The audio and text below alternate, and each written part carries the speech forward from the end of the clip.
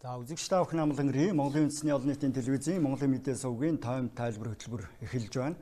За энэ удаагийн хөтөлбөрөөр хүүхдийн хамгааллын өнөөгийн нөхцөл байдал шийдвэрлэх зохицуулах шаардлагатай зарим асуудал гарч шийдэлтэй холбогдох асуудлаар тайлбар хүргэнэ. За энэ талаар өнөөдөр төрийн ордонд өргөн хүрээний хэлэлцүүлэг болсон. Нийгмийн олон талын төлөөллүүд оролцсон. За улсын хурлын нийгмийн бодлого боловсрол соёлын ухааны байнгын хороо Монгол улсын ерөнхийлөгчийн тамгын газар хөдөлмөр нийгмийн хамгааллын яам хамтрагч хэлэлцүүлгийг зохион байгуулсан. За хэлэлцүүлэгт улсын хурлын зарим гишүүн ерөнхийлөгчийн тамгын газрын төлөөлөл, холбогдох яамдынхан төр захиргааны байгууллагууд, агентлагууд, мөн төрийн бус байгууллагууд, олон нийтийн байгууллагын төлөөлөл, эрдэмтэд судлаачид гээд өргөн бүрэлдэхүүнтэйгээр оролцож хүүхдийн хамгааллын өнөөгийн нөхцөл байдлын талаар байр суурь илэрхийлж цаашдын гарч шийдэлтэй холбогдох асуудлуудыг хөндөж тодорхой асуудлуудаар санал солилцсон. За ер нь бол хүүхэд хамгааллын чиглэлээр манай улс тодорхой хэмжээний эрх зүйн орчныг бүрдүүлсэн гэж үздэг. Хүүхдийн эрхийг хамгаалах, хүүхэд хамгааллын байдлыг сайжруулахтай холбоотой бодлогын гол баримт бичгүүдийг өнгөрсөн хугацаанд баталж гаргаж байсан. За тухайлбал хүүхдийн эрхийн хууль үйлчилж байгаа. За иргэнээс төрг хүртэл бүх шатандаа хүлээх үүргийг нэлээд тодорхой болгож эрх зүйн орчныг нь бүрдүүлсэн гэсэн үг юм. За хүүхэд хамгааллын хуулиар бол бүх хэлбэрийн хүч хэрхийлэл, дарамт, мүлжлэг, эрсдлээс хүүхдийг хамгаалах зохицуултуудыг тодорхой болгож механизм талаас нь тодорхой эрх зүйн орчныг бүрдүүлсэн гэж үздэг. За олон улсын бас суурь конвенцүүдэд нэгдсэн үзэл санааг нь дэмжиж байгаа. За холбогдох дотоодын хууль тогтоомжоо тухайн конвенцүүдэд нийцүүлж боловсронгуй болгосон гэж үздэг. За хүүхэд хөгжил хамгааллын чиглэлээр үндэсний хөтөлбөрийг засгийн газар баталж гаргасан.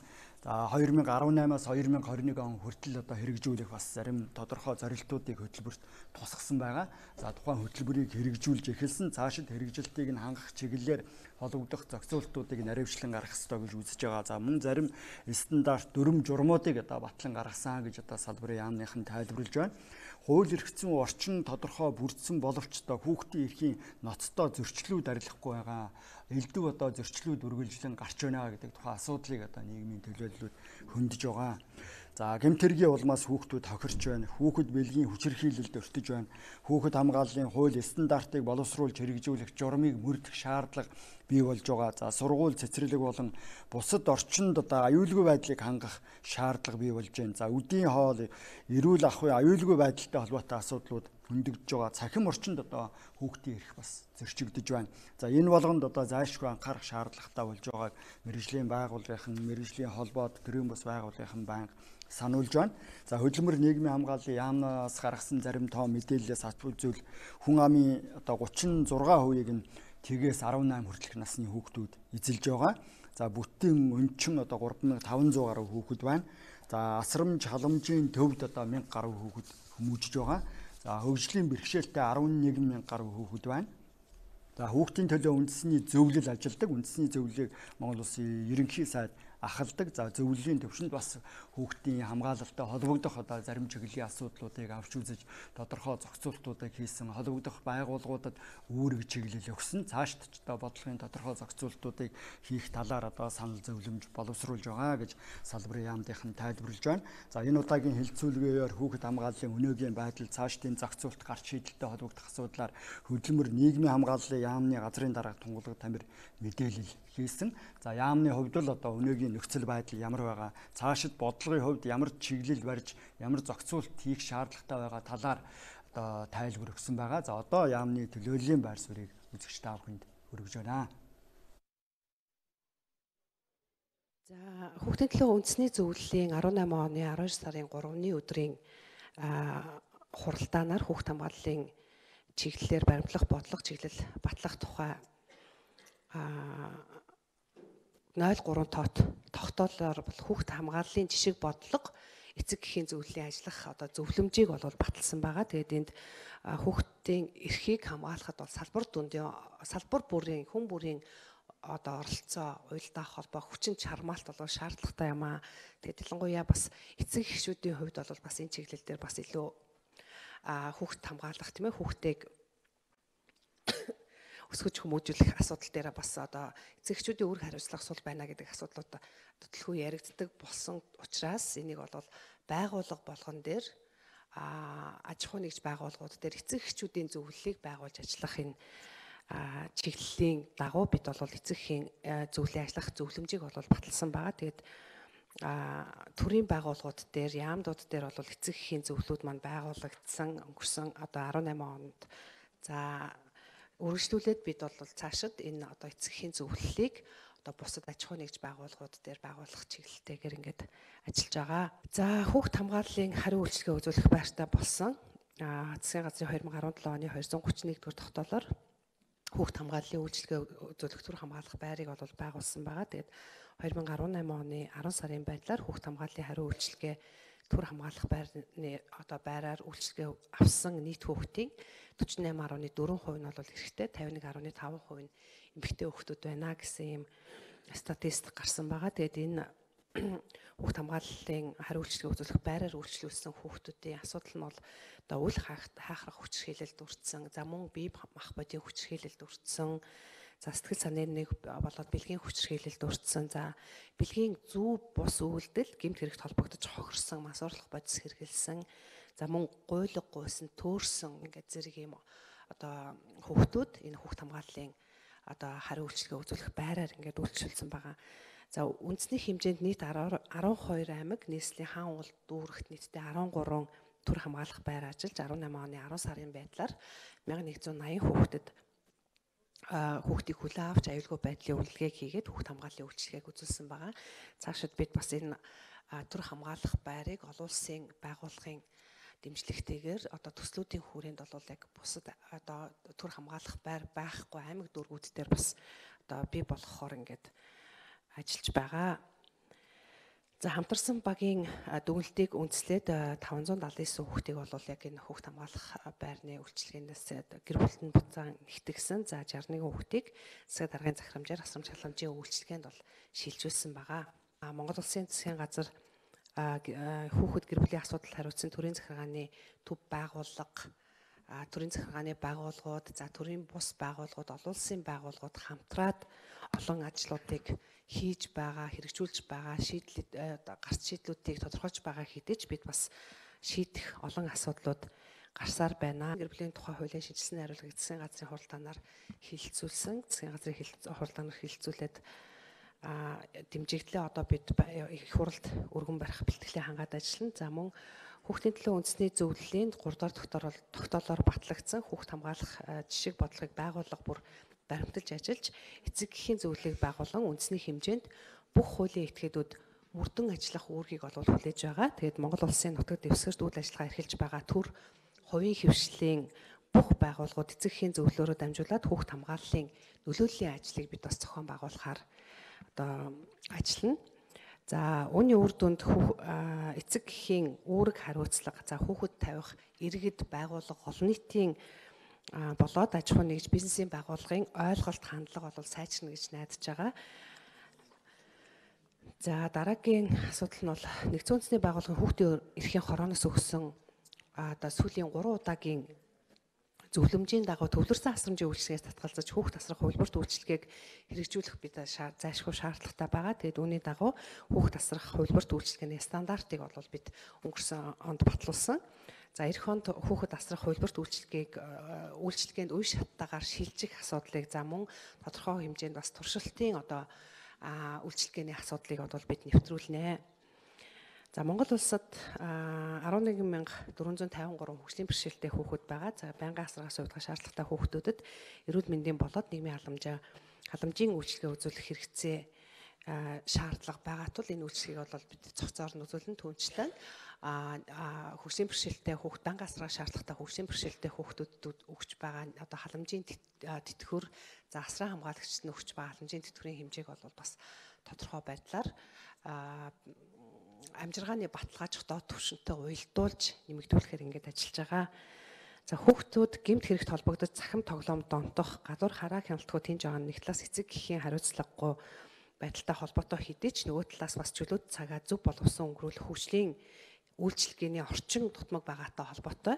За тэгэхээр энэ асуудлыг шийдвэрлэхийн тулд бид хүүхдийн ордон дугуйлангийн хүртээмж, хүүхдийн хөгжлийн төвүүдийн хүртээмжийг нэмэгдүүлж туслангийн хөгжлийн хөтөлбөрийг боловсруулж батлан за төслөө бол бид боловсруулчихсан. За холбогдох байгууллагууд, төрийн бас байгууллагуудаараа бас хэлэлцүүлсэн байгаа. Тэгээд хүүхдийн тоглоомын За мөн үүний зэрэгцээгээр бид хүүхдийн тоглоомын талбайг барьж байгуулах, тогтчуулахад тавигдах нийтлэг стандартыг бол батлахаар одоо төслөө боловсруулсан. Эх онд бид яг энэ хүүхдийн гадна орчны тоглоомын талбайн стандартыг болов батлуулнаа. За мөн түүнчлэн Монгол улс хүүхдийн эсрэг хүчирхийллийг эцэслэх дэлхийн одоо түншлэлд нэгдэж доктортой хөгжлийн зорилтуудын эсрэг хүүхдийн хүчирхийлэлд тэмцэх бүхэл зорилт үр дүн тухайлах юм бол хүүхдийн эсрэг дарангуулал, хүүхдийн мүлжлэг, хууль бус 8 хүчирхийллийн бүх хэлбэр хүүхдийг таршлан зовоох явдлыг зогсоох, за мөн олон нийт болоод хувийн хвшлийн салбарт эмэгтэйчүүд охидын эсрэг хүчирхийллийн бүх хэлбэрийг за тухайлах юм бол хууль бус 8 бэлгийн болоод бусад мүлжлэгийг устгах, за мөн хүчирхийллийн бүх хэлбэр түүнээс үүдэлтэй нас баралт, эндэгдлийн төвшинг дэлхийд дахинд үлэмж бууруулах зорилтыг бүрэн хэрэгжүүлэх амлалтыг бол өгсөн байгаа.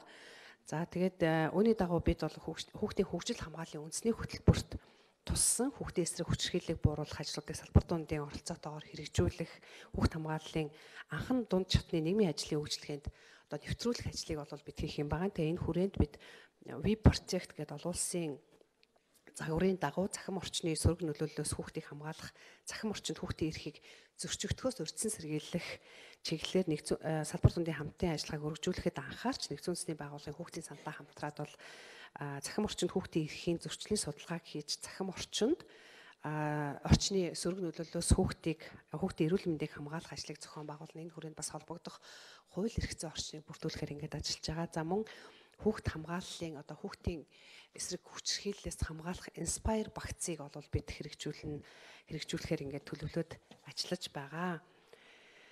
За гэр бүл хүүхэд залуучуудын хөгжлийн газраас хүүхэд хамгааллын өнөөгийн нөхцөл байдал, цаашдын чиглэлтэй холбогдох асуудлаар бас тодорхой мэдээллүүдийг тайлан баримт хүчгийг гаргасан байгаа. За энэ баримт хүчгээс авч үзвэл улсын хэмжээнд одоогийн байдлаар эрсдэлтэй нөхцөлд нийт 17 мянган хүүхэд амьдарч байна.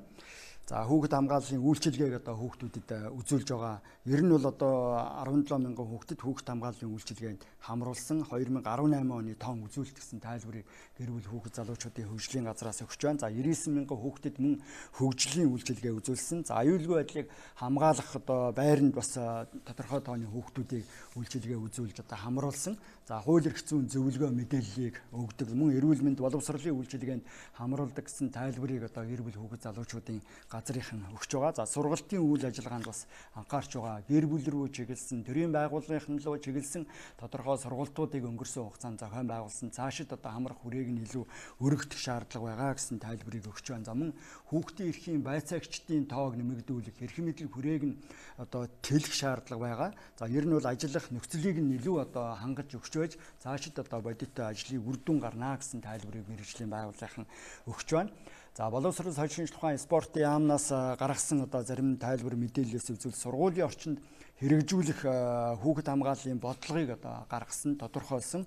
За сургууль цэцэрлэгийн орчны эрүүл ахуйн стандарт одоо батлагдсан байгаа. За хүүхэд хамгааллын стандартыг бас боловсруулж байна. За харин эрсдлийн суур судалгаа одоо гарсан. За улсын хэмжээнд бол нийт одоо 650 гаруй сургуулийг хамруулж эрсдлийн үнэлгээ хийсэн байна. За 13% нь бага эрсдэлтэй, 74% нь дунд эрсдэлтэй, за мөн 13% нь их эрсдэлтэй гэсэн одоо дүгнэлт гарсан байна. За ерөнхий боловсролын сургуулийн барилгуудын 80% нь, дотор байрны барилгуудын 95% нь 1970 оноос хойш баригдсан. За харин 1970 оноос өмнө баригдсан сургуулиудын барилгуудыг одоо засварлах, шинжлэх шаардлага байгаа. За одоогоор ямар нэг засвар хийгдээгүй, шинээр барилга баригдаагүй гэсэн одоо дүгнэлт гарсан байна. За цаашид боловсролын салбарын одоо бэлэн байдал, хүний нөөцийн чадварыг зайлшгүй одоо сайжруулах шаардлагатай байгаа гэж одоо боловсролын салбарынхан үзэж байна. За сургуулийн барилга байшингийн аюулгүй байдлыг хангах чиглэл, ялангуяа хөрөнгө оруулалтын чиглэлд одоо үргэлжлүүлж дэмжлэг үзүүлэх, нэмэгдүүлэх зайлшгүй шаардлага байгаа гэдэг тухайн асуудал хөндөгдөж байгаа. За эцэг их асран хамгаалагчдын хүүхэд хамгааллын талаарх одоо чадвар, хандлага, хариуцлагыг нэмэгдүүлэх, сайжруулах ёстой гэдгийг ч одоо мэргэжлийн байгууллагын сануулж байна. За бас салбар дундын хамтын ажиллагаа, за гадаад дотоодын байгууллагуудын түншлэлд анхаарах ёстой. За ингэж байж одоо бас хүүхэд хамгааллын чиглэлд бодиттой эерэг үр дүн гаргахад нэг талын боломж хүрдэх юм аа гэдэг тухайн асуудлыг хөндөж байна. За хуулийн байгууллагын мэдээлэлээс үзвэл хүүхдийн эсрэг гэмт хэргийн тоо байнга нэмэгдэж байна. За 2015-аас 2017 онд бол 4300 гаруй гэмт хэрэг бүртгэгдсэн. За 60 гаруй хувь нь нийслэлд, за 37% нь бол орон нутагт, за 1% нь одоо бусад газарт гарсан гэсэн тайлан мэдээлэлтэй байна. За 2018 онд бол одоо тэгээс 17 насны хүүхдийн хүчирхийлэлтэй холбоотой 210 гаруй гэмт хэрэг үйлдэгдсэн байна. За энэ талаар бас цагдаагийн байгууллагын мэдээлэл тайлбар өгч байгаа. За цагдаагийн байгууллагын мэдээлэлээс үзвэл цахим орчинд одоо хүүхдүүдийн эрхийг хамгаалахдаа зайлшгүй шаардлага байгаа. Хүүхдийн эрх зөрчигдөж байна. Сүүлийн жилүүдэд хамгийн их нэмэгдэж байгаа гэмт хэргийн одоо төрөл болж хувирсан гэж үзэж байгаа. За цагдаагийн эрхийн газрын хувьд л одоо бие даасан бас хилтэс байгуулсан. За олон улсын туршлагыг судалж байгаа, холбогдох судалгаа хийж байна. Цахим орчинд бас зохистой хэрэглээг бий болгох чиглэлд одоо илүү анхаарч урьдчилан сэргийлэх, соён гэгэрүүлэх ажилд анхаарч байгаа гэсэн тайлбарыг цагдаагийн байгууллагын төлөөлөл өгч байгаа. За бас бодлого хууль эрх зүйн орчныг боловсронгуй болгох шаардлага бий гэж үзэж байна. За мөн гэмт хэргийг илрүүлэх, гэмт хэрэгээс урьдчилан сэргийлэх, тэмцэх чиглэл, камержуулалтын ажилд илүү анхаарах шаардлага байгаа гэж үзэж байгаа. За одоогоор улсын хэмжээнд бол одоо камержуулалтад төдийлөн хангалттай төвшөнд хүрч чадаагүй. За тиймээс энэ чиглэлд одоо хөрөнгө оруулалтыг нэмэгдүүлэх, санхүүжилт төсөв одоо санхүүгийн чиглэлд нь тодорхой зохицуулт хийх шаардлага байгааг цагдаагийн байгууллагын төлөөлөл тайлбарлаж байгаа юм. За одоо цагдаагийн эрхийн газрын тасгийн дарга будцааны яриаг үзэгч та бүхэнд өргөж байна. Бусад улс орнуудтай харьцуулахад одоо жишээ нь манайх бол камержуулалт харьцангуй бага. Бусад улс орнуудыг чинь 2 сая, 4 сая, 8 сая хяналтын камерыг одоо яадаг камертай байдаг. Энийг одоо бас нэг гэмтэрийн зурсан зэрэглэх иргэдийн аюулгүй байдлыг хангаж ажиллахтай хэрэгэлдэг байж байгаа. Тэгэхээр энэ нэг бүтэн энэ том камерыг байршуулах нь бол маш том бааз байх шаардлага, камерын мэдээллийн одоо сан байх шаардлагатай, сервер байх шаардлагатай. Одоогоор бол 2000 одоо гаруй хяналтын камер одоо цагдаагийн байгууллагын үйлчлэгэнд ашиглаж байна. Тэгэхээр энэний одоо бас нэг 60 орчим хувийн нийслэлд үлдсэн өв нь хөдөө орногд байж байгаа. Камерын хяналтаар гол нь одоо ямар бодиттой боломж бий болж байна? Нэгдүгээр замын хөдөлгөөний одоо шинэ зөрчил одоо хянж байна. Хоёрдугаар одоо гудамж талбайд одоо үлдэж байгаа гэмт хэрэг зөрчил, ертөн цогтуурах энэ явдлыг камерын хяналтаар илрүүлж байгаа. Гэхдээ яг бүрэн утгаараа энийг одоо бас илрүүлж байж байгаа хүндрэлтэй байж байгаа. Бүх объектыг хянах боломжгүй байгаа шүү дээ. Одоо шинэ нэг хорон дээр ирээд их чинь одоо нийслэл чинь 152 хороотой нэг хорон дээр их нэг 4 камер ч юм уу 5 камер ч юм тийм л байж байгаа. Тэгэхээр хороо өөрөө ямар их том блэ, хичнээн объектив блэ гэж бодож үзэхээр бас хүндрэлтэй байж байгаа. Эрийн сүүлийн жилүүдэд хүүхдийн эсрэг ямар төрлийн гэмт хэрэг илүү хамгаалж байна? Сүүлийн жилүүд одоо шинэ гудамж талбайд хүүхд хохирох асуудал их байж байгаа. Усын хэмжээнд хүүхд хохирч байгаа гэмт хэргийн 60 гаруй хувь нь гудамж талбайд бүртгэж байгаа юм байж байгаа.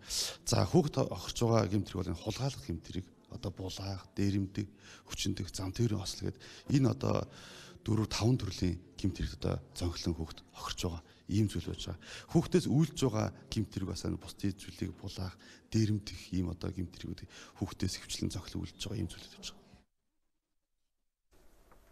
За цагдаагийн байгууллагаас гаргасан бас зарим тоо мэдээлэл байна. 2017 онд одоо гэмт хэргийн улмаас 1750 гаруй хүүхэд хохирсон. За 2018 оны 6 сарын байдлаар 40%-аар өссөн гэсэн одоо үзүүлэлттэй байна. За 2017 онд золгүй байдлаар 120 гаруй хүүхэд одоо амнасаа алдсан. За 180 гаруй хүүхэд одоо бэлгийн хүчирхийлэлд өртсөн гэсэн тоон судалгаа үзүүлэлт гарсан байна. За Монгол Улсын ерөнхийлөгч Баттулгын хувьд өмнө бас төр захиргааны холбогдох байгууллагын тодорхой үүрэг чиглэлийг өгч байсан. Тухайн үед ч бас хүүхдийн хамгаалалттай холбоотой хэд хэдэн чиглэлийн асуудлууд хөндөгдөж яригдсан. Ер нь бол сургуулиас одоо 50 метрийн орчимд тамхи худалдахыг хориглосон хууль эрх зүйн зохицуулалт байгаа. За энэ зохицуулалтанд арх одоо хамаарахгүй байгаа. Энэ асуудлыг бас авч үзэх шаардлагатай гэдэг үүднээс төрийн тэргүү хандж байгаа. За хүүхэд хамгаалал, хүүхдийн аюулгүй байдлын талаар танин мэдхгүй мэдээллийг одоо хэвлэл мэдээллийнхэн өмнө төлөвлөгүүгээр шуурхай олон нийтэд хүргэдэг байх чиглэлд анхаарах, хамтарч ажиллах хэрэгтэй юм аа гэдэг одоо тайлбарыг төрийн тэргүү өмнө өгч байсан. За мөн мэрэгжлийн хяналтын байгууллагын эрхийг нэмэгдүүлэх чиглэлд оройтой өөрчлөлт байгуулах цаг болсон гэж одоо тэрийн тэрг үзэж байгаа. За ер нь хүүхдийн эрхийг хамгаалах чиглэлээр ажиллаж байгаа байгууллагууд төр захиргааныхны одоо илэрхийлж байгаа байр сууриас үзвэл хүүхэд хамгааллын ажлыг төр зуурын биш байнга хийгддэг байх ёстой гэдэг үүднээс сандж байгаа.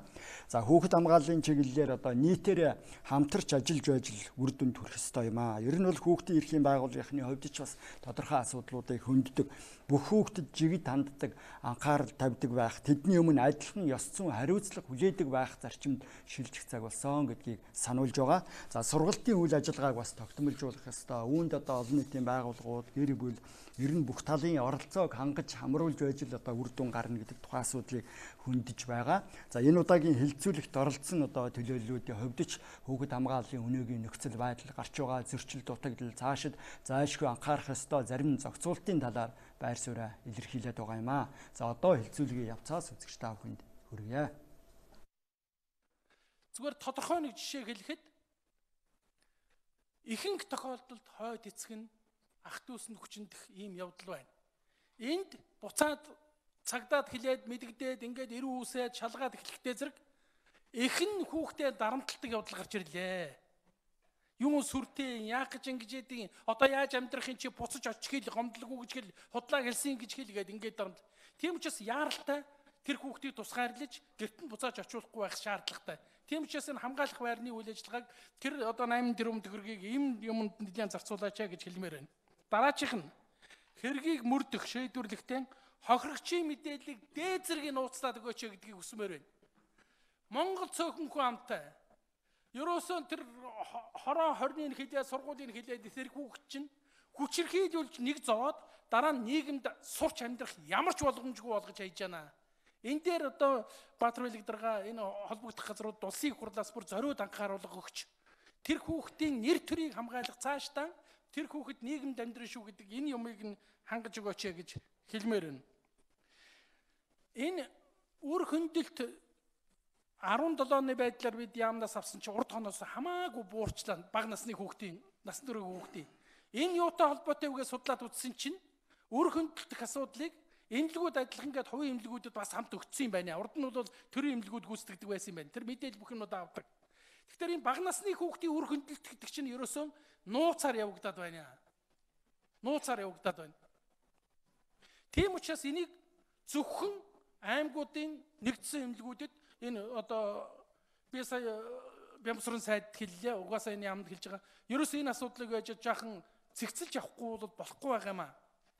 За энэс болж байгаа зөрчил юм бол маш их бий. Тийм учраас энэ асуудлыг хяналтантай аваач гэдгийг хүсмээр байна. Улаанбаатар хотод хоёр цагдаагийн хилцээр хоёр дүүргийн хоёр хорон дээр эхэлж байгаа юм дээр харж байгаа. Нэг нь бол байшингийн хороололт, манайх бол гэр хороололт.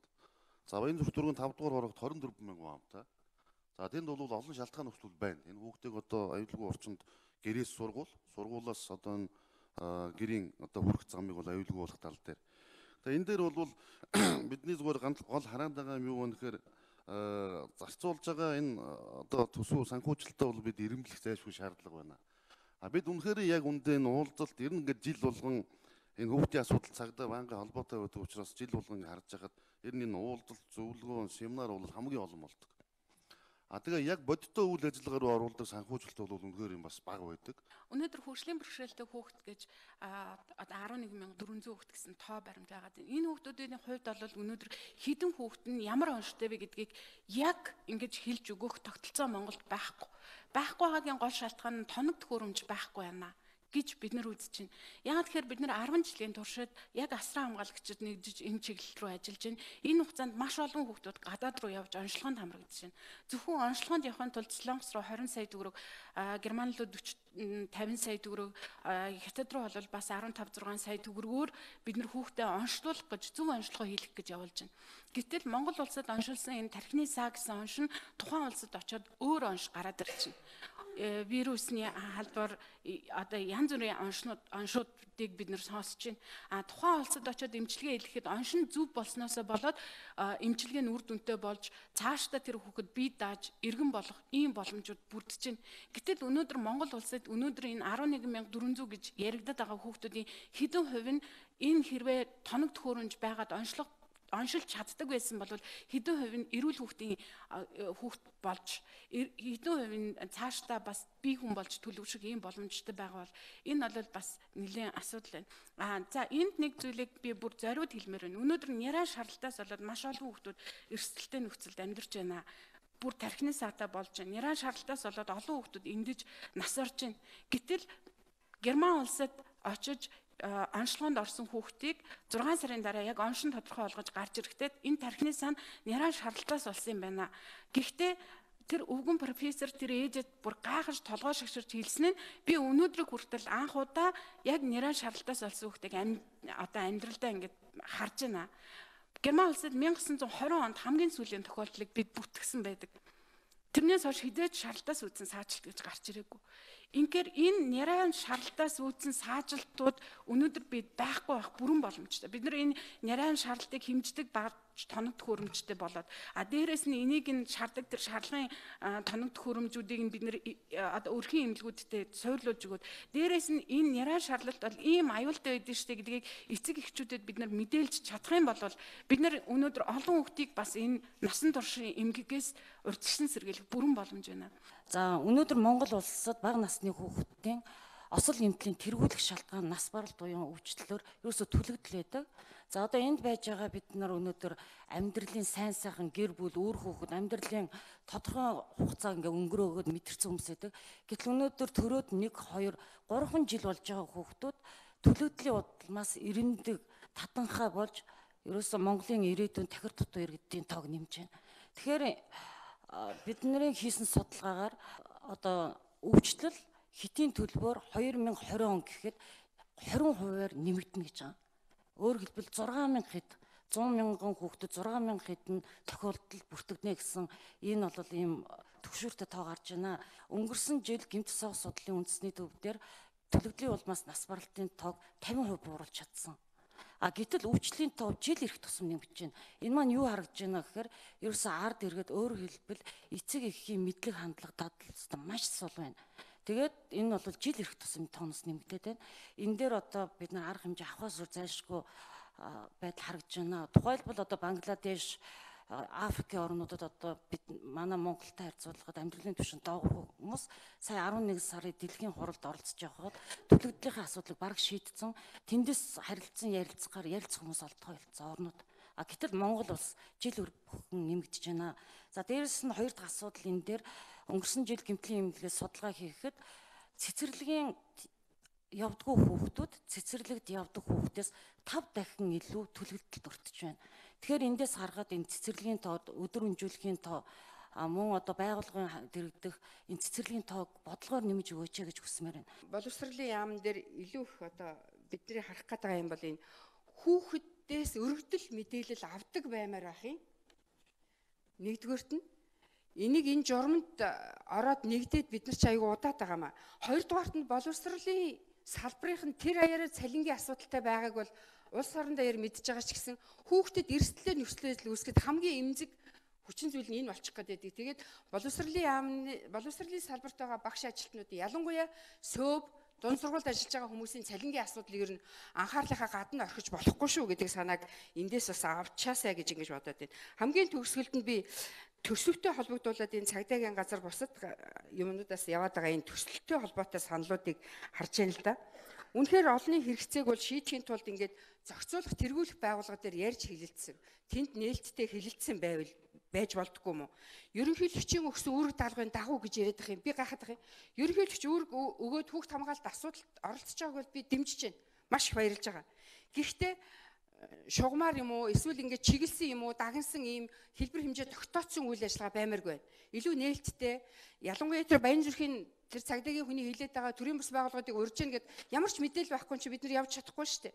Тэгээ энэ мэдээлэл яагаад нээлттэй болгож болдгүй хүчтэй энэ хүүхдэд нэрлэгдэж хүүхд хамгааллын үйлчлэгэнд тодорхойлогдож батлагдж байгаа мөнгө рүү одоо дайраа давшлаад байж боломгүй байна.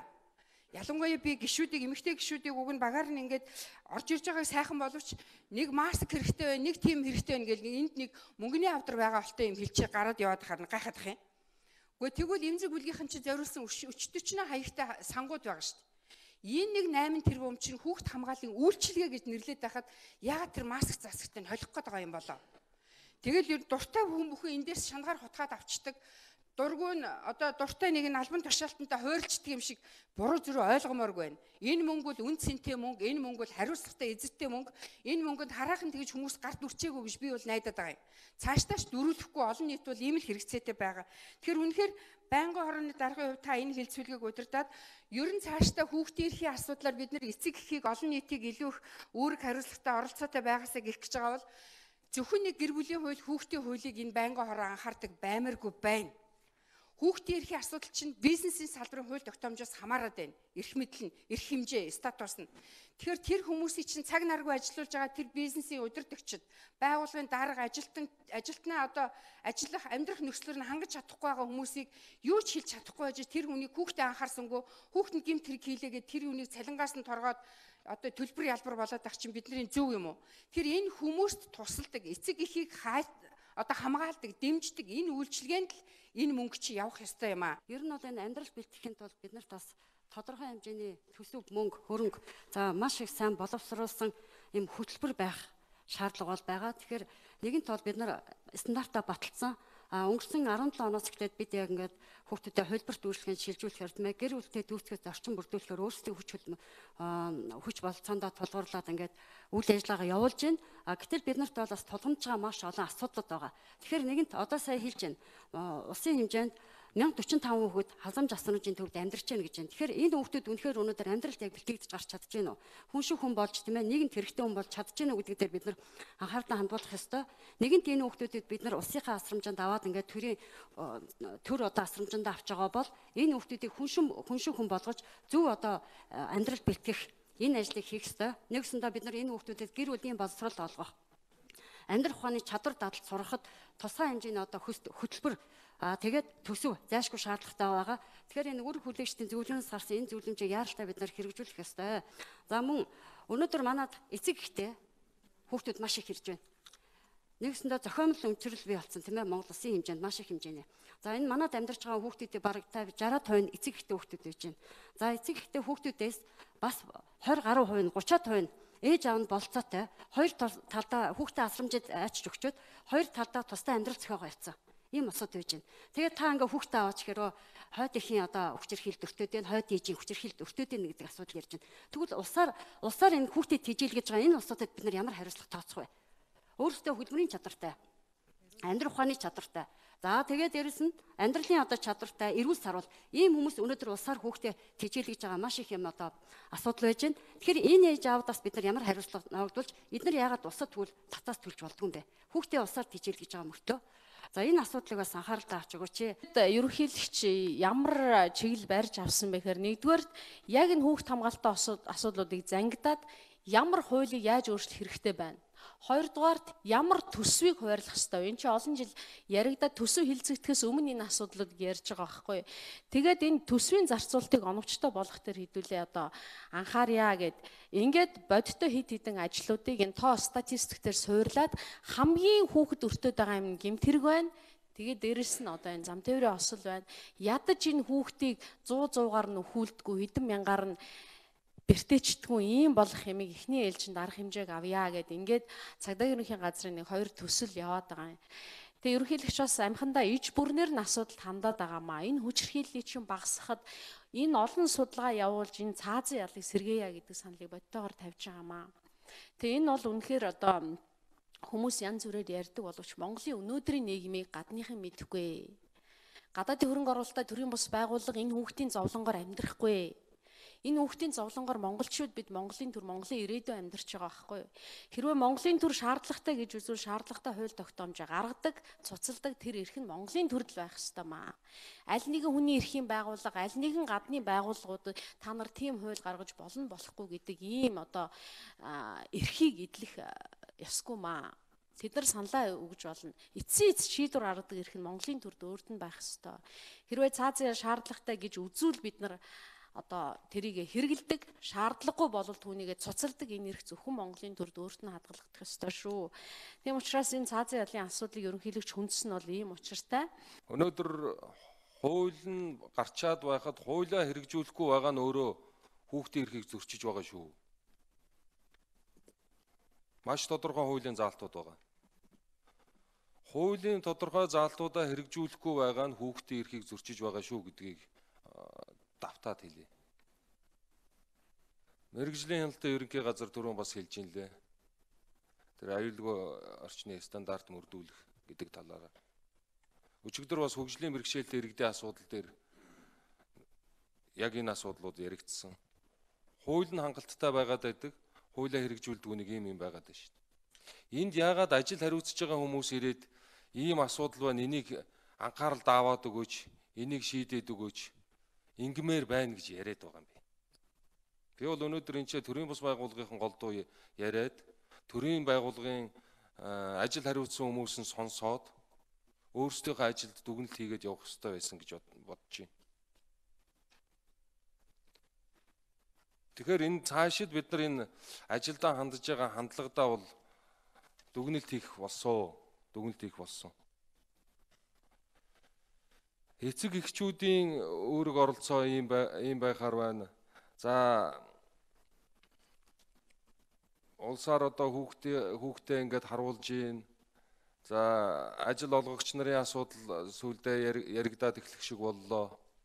Тэгэхээр энэн дээр бол энэ холбогдох ажил хариуцж байгаа гол зохицуулалт хийх ёстой хөдөлмөр нийгмийн хамгааллын яам, бусад яамдуудтайгаа энэ ажлынхаа уялдааг сайжруулах зайлшгүй шаардлагатай байна гэдэг нь харагдаж байна шүү дээ.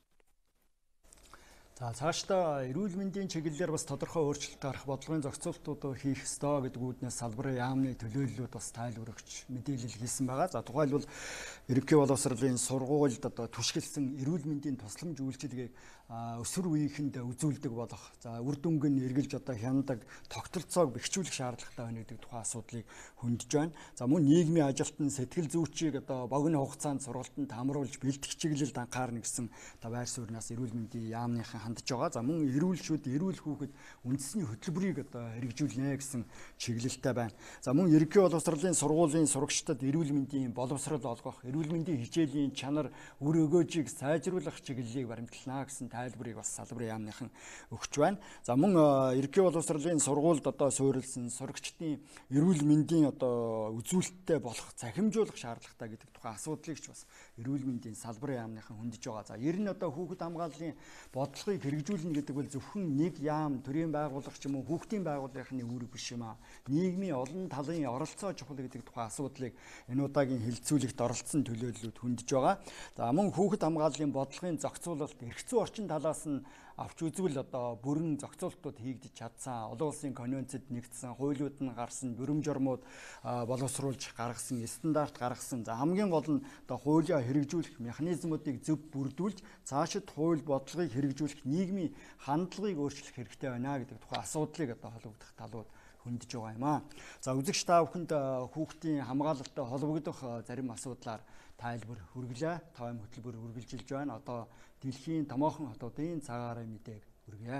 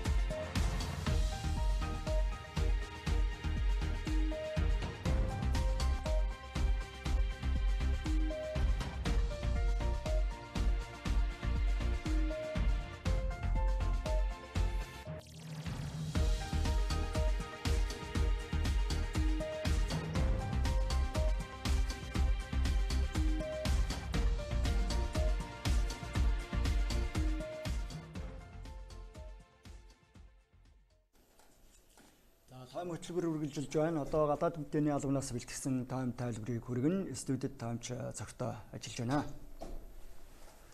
За үзэгчдээ орой минь төргий. За өнөөдөр ер нь дэлхийд дахинд анхаарал татж байгаа гол асуудал бол энэ Их Британи улс Европын холбооноос гарахтай холбоотой нөгөө Брекситийн асуудлаар энэ асуудал нэлээд яриутай болж ирж байна. Бид бүхэн мэдж байгаа Их Британи парламент одоо энэ Их Британи улсын Европын холбоотой байгуулсан сүүлийн тохиролцооны асуудлаар хилцүүлэг хийгээд санал хураах ёстой байсан. Гэвч одоо ерөнхий сайд Тереза Мэй энэ одоо хилцүүлгийг бол хойшлуулсан. Ингэснээр энэ эмэгтэй бол үндсэндээ өнөөдрөөс эхлээд Европын холбоотой дахин шинээр яриа хэлцээ хийж эхэлж байна.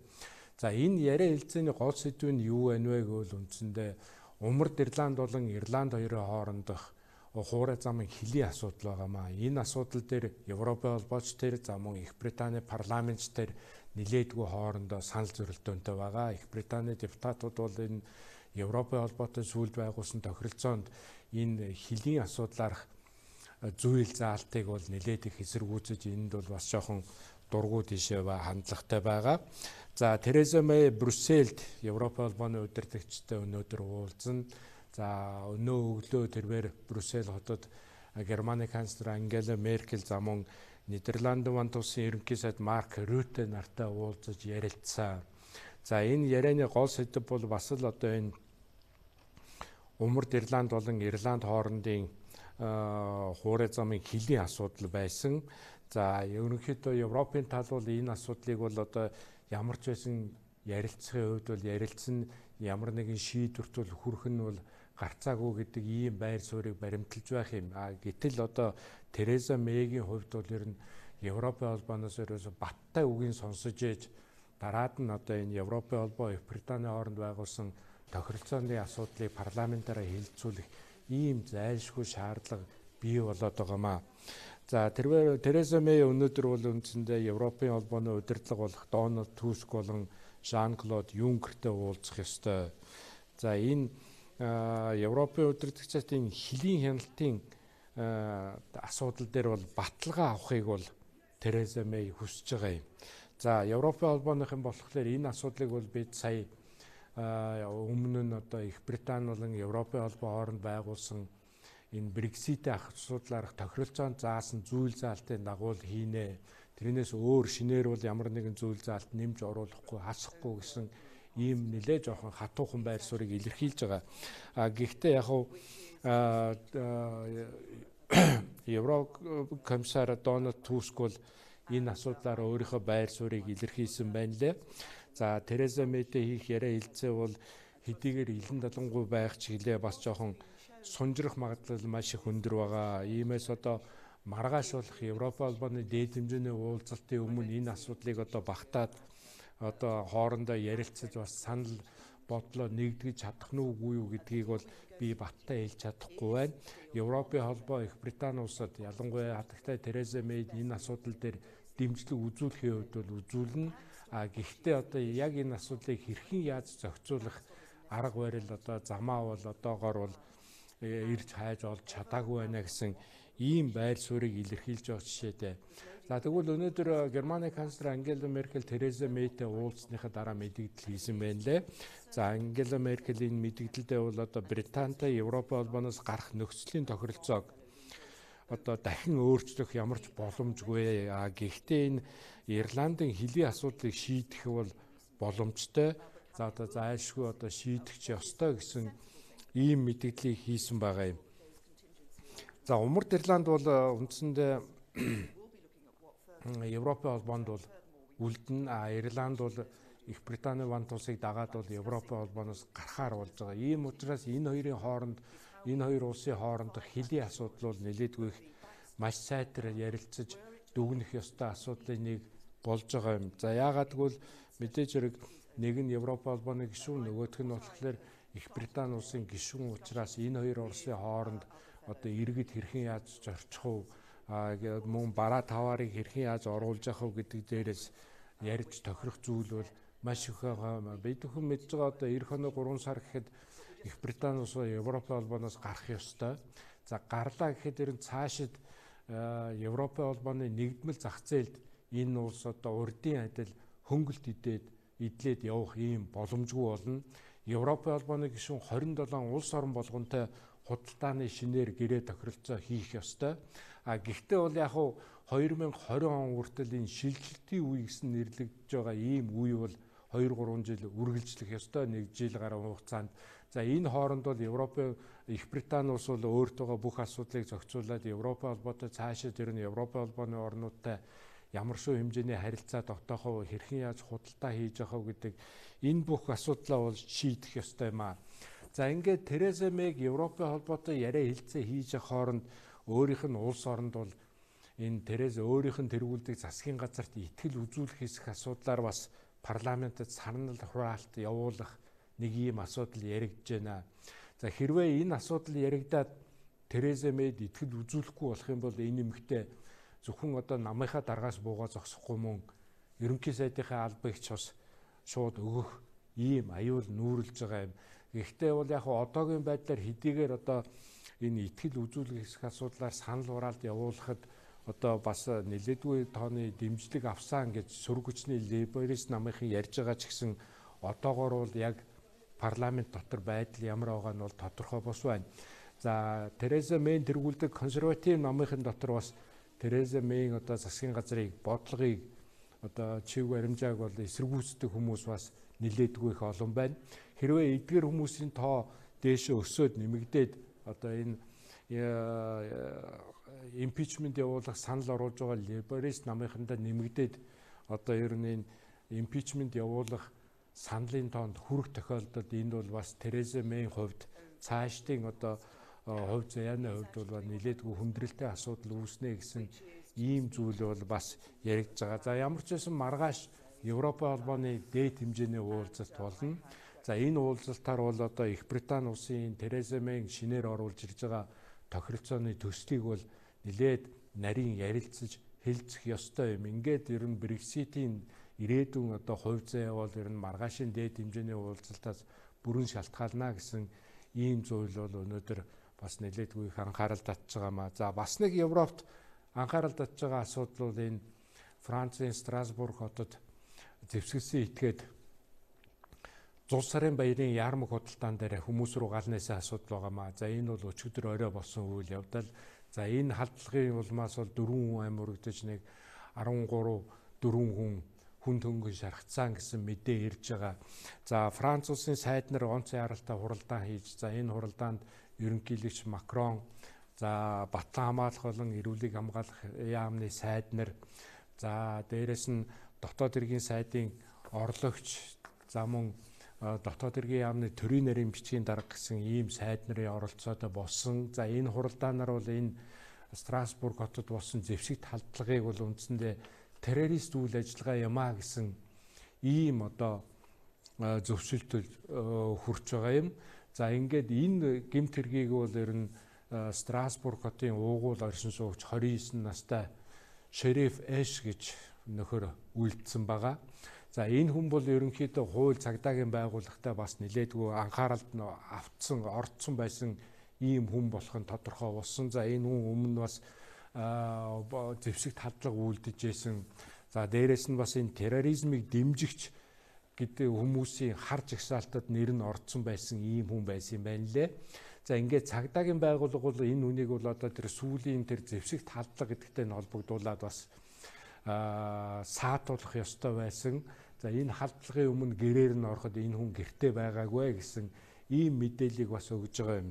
За ер нь Европын улс орнууд, ялангуяа Франц улстай хилэлдэг улс орнууд бол энэ хэрэг явдлаас ууж энэ хил хамгаалтынхаа асуудлыг чангадах тал дээр нэлээдгүй их арга хэмжээ авахар болж байна. За Герман улс гэхэд л одоо хилээ чангалаад эхэлсэн байна. За Нидерландын вант улс гэхэд хойшоно хилээ чангалаад эхэлсэн байж байгаа. За урд талд нь Испани улс гэхэд бас Францтай залгаа хилээ ус нэлээдгүй тэнд хяналт хил гайлын байдлыг бол нэлээдгүй чангалсан гэсэн ийм дүр зураг харагдж байгаа юм. За ерөнхийдөө энэ Францад болсон үйл явдлыг харахад энэ Германд Берлин хотод бас л одоо өнгөрсөн жилийн Зул сарын баярын үеэр бас энэ Зул сарын баярын яармаг худалдаан дээр болсон халдлагатай яг ижил үйлдэл болсон байгаа. За Берлин хотод бас л хүнд ачааны машин жолоодсон гэмтэтгээд бол одоо яармаг худалдааг үзэж сонирхож байсан хүмүүсийг дайрсан ийм гэмт хэрэг болсон. За тухайн үед бол энийг бол одоо ер нь Германы удирдлагч канцлер Ангела Меркелийн дөрвөгчдийн асуудлаар буруу бодлого баримталсан гэдэгтэй холбоон тайлбарлаж байсан. За магадгүй одоо бас энэ Макроны энэ дөрвөгчдийн бодлого за мөн улс орныхоо ер нь ард иргэдийн аюулгүй байдал, ард иргэдийн амжиргааны төвшний асуудалд ерөөсөө анхаарал хандуулахгүй гэсэн зарим нэг зүйлүүд яригадад эхэлж байна. За бид бүхэн мэдж байгаа сүүлийн үед бол Франц улсад ер нь дотоод улс төрийн байдал бол нэлээд хүндхэн байгаа. За энэ нөгөө шар хантаацтнуудын эсэргүүцэлтэй холбоотойгоор үүдсэн асуудал бий. За ерөнхийлөгч Макроны сайд нартай хийсэн хуралдааныхаа дараа энэ амир өгцөн 4 хүний арга гэрийнхэнд эмгэнэл илэрхийлсэн байлээ. За энэ шар хантаацнуудтай холбоотой хэрэгтэй холбогдуулан Макрон бол ер нь улс орон дээр бас баггүй зүйлийг хийя. За цалингийн доод хэмжээг нэмэгдүүлэх гэсэн ийм асуудлыг тавьсан байдаг. За дээрээс нь одоо энэ илүү цагаар ажилласан цалингаас ер нь татвар авахгүй бай. Татвар хураалгүйгээр шууд ажилчид олгож яа гэсэн ийм асуудлыг тавьсан. За дараад нь 13 дахь сарын цалин гэдэг зүйлийг олгоё.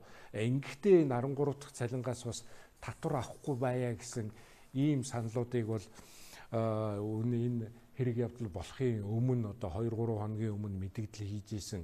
Гэхдээ яг хуу энэ шар хантаацнууд болон Францын зарим нэг ард иргэд бол энэ Макроны үйл ажиллагааг бол аль эртнээс л ингэх ёстой байсан юм аа. Бидний аж амьдралд бол аль эртнээс л анхаарал хандуулах ёстой байсан юм. Хэрвээ тухайн үед анхаарал хандуулж байсан бол бид одоо энэ шар хантаацнуудын гэж нэрлээд байгаа эсэргүүцэл дэгдэхгүй байх магадлал ч маш их өндөр байсан гэсэн асуудлыг ярьж байгаа. За ямар ч байсан Европын холбоо бол ер нь ойрд одоо маргааш их бас энэ дээд хэмжээний уулзалтаараа энэ Францад нүүрлээд байгаа дотоод улс төрийн байдлыг бол бас нэлээдгүй дэлгэрэнгүй ярих болтой юм. За дээрээс нь Оросын холбооны улсын холбооны зөвлөлийн дарга Валентина Матвиенко бас энэ хэрэг явдалтай холбогдуулан өнөөдөр мэдэгдэл хийсэн. За энэ хүн бол ер нь Францад үргэлжилж байгаа энэ эсэргүүцэл, за дээрээс нь энэ зэвсэг талдлага европчуудад юу болоод байгааг, за ямар хямрал нүүрлж байгаа, за хүмүүс юунд дургуутсаж байна гэдгийг сайдар бодох хэрэгтэй гэдгийг илтгэн харууллаа. Бий болсон нөхцөл байдал сайдар бодох, дүгнэлт хийхийг шаардахаас гадна бас тодорхой үйл ажиллагаа явуулах шаардлагатай. Зарим нэг хэрэг явдал дээр бол төр засгаас хатуухан байр суурь баримталж явахгүй бол эцэстээ одоо иймэрхүү явдалд хүрэгдэг юм а гэсэн зүйлийг бол хилээд авч байна. За дээрээс нь Орос улс бол ерөнхийдөө нэгдмэл Европ, цэцэглэн хөгжиж байгаа Европ, эдийн засгийн хүчрхэг Европыг хүсэж байгаа. Яагаад гэвэл Европ тип бол Орос улсын одоо түншийн одоо гол түншийн нэгнээ. Ийм учраас ямар ч байсан Франц улс бол дотооддоо улс орныхоо эрх ашигын төлөө, ард иргэдийнхээ сайн сайхан амьдралын төлөө хүч чармаал тавин тэмцэх ёстой юм а гэдгийг бол хатагтай Матвиенко онцлоод хийчлээ. За өнөөдөр дэлхийд дахинд ер нь анхаарал татж байгаа үйл явдлуудыг тоймлон хүргэх гээд ийм байна. За баярлалаа. Хөтөлбөр үргэлжилж байна. Үзэгч та бүхэнд одоо цагаараа мэдээ хүргье.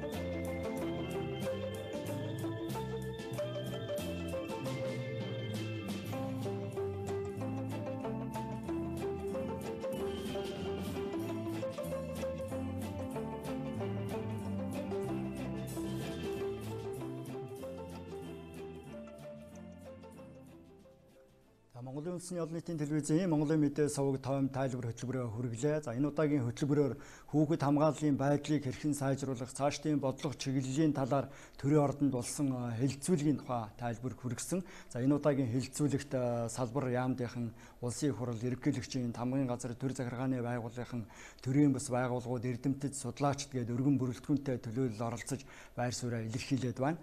За хүүхэд хамгааллын чиглэлээр бодлого эрх зүйн орчин тодорхой болсон. За хүүхдийн эрхийн олон улсын конвенцэд нэгдсэн, дотоодын хууль тогтоомжоо боловсронгуй болгосон, бүрэн жарам стандартуудаа гаргасан. За цаашид хууль эрх зүйн орчноо улам боловсронгуй болгох, за хууль бодлогоо наривчлан хэрэгжүүлэх чиглэлд анхаарах шаардлагатай. Нийгмийн олон талын үүрэг оролцоотойгоор хүүхэд хамгааллын байдлыг сайжруулна гэж төлөөллүүд үзэж байна. За эх жилийн хувьд улсын төсөвт хүүхэд хамгааллын чиглэлээр 8 тэрбум төгрөгийн санхүүжилтийг тусгасан байгаа. За тухайн хөрөнгийг зөв чиглэл бодиттой ажил зарцуулах шаардлагатай гэдэг тухайн асуудлыг төлөөллүүд хөндөж байна. За үзэгч та бүхэнд тойм тайлбар хөтөлбөрөөр үргэлээ.